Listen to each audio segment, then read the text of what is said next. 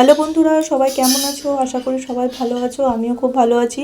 আজকে একটা স্ন্যাক্সের রেসিপি নিয়ে আমি হাজির হয়েছি, যেটা চায়ের সাথে খেতে খুবই সুন্দর লাগে। এই স্ন্যাক্সটা করতে খুব বেশি টাইম লাগে না আর খুব দ্রুত হয়ে যায়। আর আপনারা 1 মাস মতো এটা কিন্তু স্টোর করে রাখতে পারেন কৌটোয়। তো প্রথমেই আমরা 2 কাপ মতো ময়দা নিয়ে নিয়েছি। এই ময়দায় একটু টেস্টের জন্য আমি দিয়ে দেবো জোয়ান। প্রথমে দিয়ে দিয়েছি স্বাদ মতো লবণ সামান্য, তারপরে একটু জোয়ান নিয়ে হাতে ভালো করে ডলে নিয়েছি। এর ফলে কি হবে, এর ফলে যে জোয়ানের সেন্টটা এটা ভালো করে মিশে যাবে একটু হাতে ডলে নিলে। এবার আমরা সামান্য জোয়ান নিয়ে নিয়েছি। এবার পরিমাণ মতো আমরা তেল দিয়ে দেবো, 2 থেকে 3 চামচ মতো আমরা তেল দিয়ে ভালো করে ময়দাটাকে আগে মাখিয়ে নেব। এই স্ন্যাক্স কিন্তু আপনারা বাড়িতে বানিয়ে রাখলে, আপনাদের বাড়িতে কোনো যদি হঠাৎ করে অতিথি চলে আসে, তখন কিন্তু আপনাদের সিঙ্গারা টিঙ্গারা আনার বা সিঙ্গারা মিষ্টি আনার কোনো প্রয়োজন নেই। আপনারা চায়ের সাথে কিন্তু এটা সহজেই পরিবেশন করতে পারেন। আর খেয়ে কিন্তু আপনার সুখ্যাতিই করবে যে এটা কোন দোকান থেকে এনেছেন এরকম বলবে। তো এবার সামান্য সামান্য জল দিয়ে আমরা ভালো করে একটা ডো মেখে নেব। খুব বেশি শক্তও না আবার খুব বেশি নরম না, এই ডোটা আমরা করে নেব। এটা টাইট করে মানে ভালো করে ডলে ডলে ডলে ডলে মাখলে জিনিসটা কিন্তু খুব সুন্দর হয়। মাখাটা কিন্তু খুব সুন্দর করে করতে হবে। এবার সবচেয়ে একটা গুরুত্বপূর্ণ বিষয় যেটা হলো, এটা মাখার পর কিন্তু 15 থেকে 20 মিনিট এটাকে সুন্দর করে রেস্টে রেখে দিতে হবে, তাহলে কিন্তু জিনিসটা খুবই সুন্দর হবে। এবার এটাকে আমি ঢেকে রেখে দেবো এক সাইডে। এবার আসবো একটা ব্যাটার তৈরি করব। সেখানে 2 চামচ নিয়ে নিয়েছি কর্নফ্লাওয়ার, তার মধ্যে তেল দিয়ে আমরা একটা ব্যাটার তৈরি করে নেব। এটাই কিন্তু আমরা যে লেচিগুলো ওর মধ্যে লেয়ার দেওয়ার জন্য এটাই ব্যবহার করব। এর ফলে কি হবে, লেয়ারগুলো সুন্দর হবে আর জিনিসটাও কিন্তু খেতে খুবই সুন্দর হবে। তো 2 চামচ মতো কর্নফ্লাওয়ারের মধ্যে 2 চামচ মতো কিন্তু আমরা তেল দিয়ে দিয়েছি।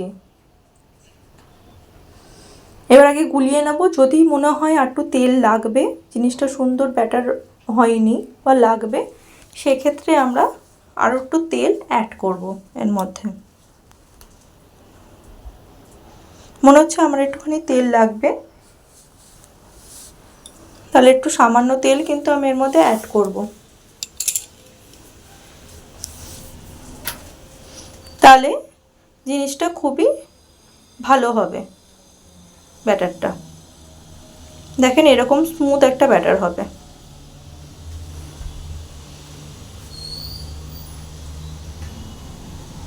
এই ব্যাটারটা ইউজ করলে কিন্তু আমাদের জিনিসগুলো খুবই খাস্তা আর লেয়ারদার হবে জিনিসটা, আর জিনিসটা খুবই ভালো হবে। এবার এরকম করে পাতলা আমরা 5টা লেচি করে নিয়েছিলাম, দিয়ে পাতলা এরকম করে বেলে নেব। বেলে নেওয়ার পর আমরা এরকম করে ওই ব্যাটারটা দিয়ে দেবো ওর ওপর, সুন্দর করে দিয়ে দেবো।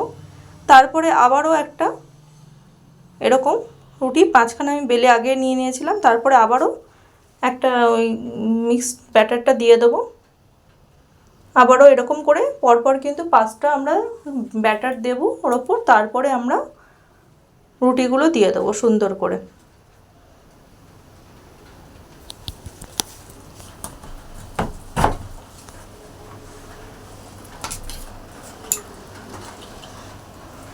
ভালো করে চেপে চেপে দেব। এরপরে ময়দা দিয়ে আমরা ভালো করে পাতলা করে বেলে নেব। পাতলা করে কিন্তু বেলতে হবে, বেশি মোটা করে বেললে হবে না। সুন্দর করে পাতলা। আর আমারটা এটা বড় হয়ে গেছিলো, আর রুটির চাকতাটা তো ছোট, সেই ক্ষেত্রে কিন্তু একটু বাইরে বাইরে বেরিয়ে যাচ্ছিলো। আমরা বাইরে বের করে নিয়ে আমি পাতলা, যতটা সম্ভব পাতলা করেই আমরা বেলছিলাম। হালকা হাতে বেলতে হবে, বেশি জোরে বেললে কিন্তু হবে না। হালকা হাতে সুন্দর করে বেলে নিতে হবে পাতলা করে। সব ধারগুলো আমি সুন্দর করে বেলে নিয়েছি, এক ধার করে নিয়ে। দেখেন কতটা বড় হয়েছে আমাদের রুটিটা। এবার এর ওপর আবারও সেই ব্যাটারটা লাগিয়ে সুন্দর করে আমরা দেখেন কি সুন্দর রোল করে নেবো জিনিসটাকে। এই দেখেন এরকম করে আমরা সুন্দর করে গোল করে রোল করে নেব। দিয়ে লাস্টে কিছুটা ব্যাটার লাগিয়ে আবারও সুন্দর করে গোল করে নেব। গোল করে নিয়ে একটুখানি এরকম করে ডলে ডলে জিনিসটাকে সরু করে নেব। ওখানটা খুলে যাচ্ছিলো, এখানে আমি কিন্তু একটুখানি জল লাগিয়ে নিয়েছি। জল লাগালে ওটা আর খুলবে না। তো এরকম করে সুন্দর করে আমরা সরু করে আমরা চাকু দিয়ে এরকম গোল গোল করে কেটে নেব।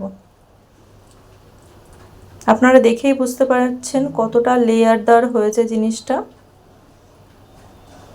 এবার দেখেন একটু ময়দা, সামান্য ময়দা মাখিয়ে নেব। দেখেন আমি দেখিয়ে দেবো কতটা লেয়ারদার। এবার তেলটা সামান্য গরম করেই আমি ওর মধ্যে ছেড়ে দিয়েছিলাম এগুলো। ওই সময় একটুখানি ক্যামেরাটা অফ হয়ে গেছিলো, তার জন্য ওটা দেখানো হয়নি। এরম করে পুরো লো হিটে আমরা কিন্তু এই স্ন্যাক্সটাকে ভাজবো। একটু ধৈর্য ধরে, একটু টাইম লাগবে, সেই ধৈর্য ধরে কিন্তু এই স্ন্যাক্সটাকে ভাজতে হবে, অধৈর্য হলে হবে না। আর যদি জোরে হাই ফ্লেমে যদি আমি ভাজি, জিনিসটা বাইরে থেকে পুড়ে যাবে, ভেতর থেকে কিন্তু কাঁচা থাকবে, ভালো লাগবে না খেতে। আর ক্রাঞ্চি করতে হলে কিন্তু লো ফ্লেমে একটু টাইম ধরে ভালো করে উল্টে পাল্টে জিনিসটাকে সুন্দর করে ভেজে নিতে হবে। একটু টাইম লাগবে ঠিকই, কিন্তু খেতে কিন্তু খুবই দুর্দান্ত লাগে। সন্ধ্যার চায়ের সাথে কিন্তু আমরা সবসময় কিছু বানাতে আমাদের একটুও ভালো লাগে না, তখন যদি কৌটোর মধ্যে এই সমস্ত স্ন্যাক্স যদি আমরা ভেজে রাখি, তাহলে কিন্তু টুকটুক করে এটা চায়ের সাথে খেতে আমাদের খুবই ভালো লাগে। আমার রেসিপিগুলো যদি ভালো লাগে তাহলে অবশ্যই লাইক, শেয়ার, কমেন্ট করবেন। আর আমার একটা ইউটিউব চ্যানেল আছে, সেখানে গিয়ে আপনারা সাবস্ক্রাইব করে দিতে পারেন। ওখানে সুন্দর সুন্দর রেসিপি আছে, আপনারা সেগুলো সম্পূর্ণ দেখতেও পারবেন।